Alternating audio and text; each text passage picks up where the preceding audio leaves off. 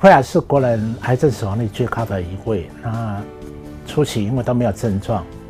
比较可能发生的症状是包括咳嗽，例如干咳，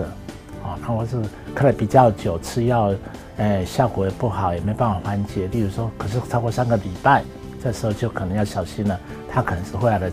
征兆之一。不过除了咳嗽以外，当然还有一些可能可以联想得到的症状，要特别小心。例如有一点点血丝痰啦，或是爬楼梯或走路的时候，变得比以前还喘，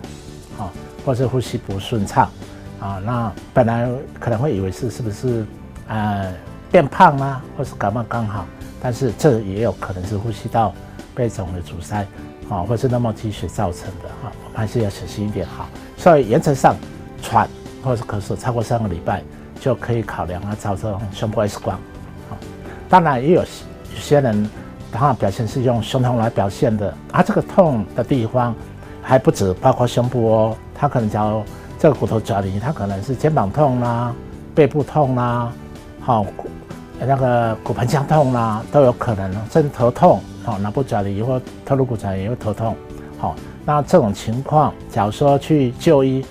效果不好，可能就要小心一点，那另外特別值得注意的是，因为肺癌的骨头转移，它可能会转移到脊椎骨，所以它这会造成腰酸背痛，尤其是下背痛。这时候，假如已经确定是肺癌的病人，那更要小心，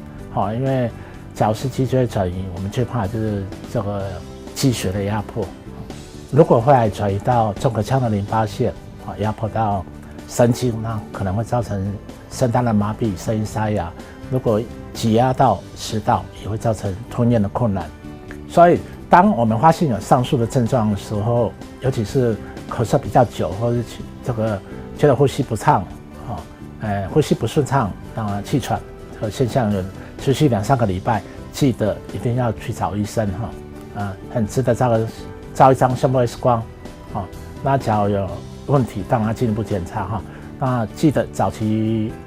诊断、早期治疗，那是守护健康的最佳办法。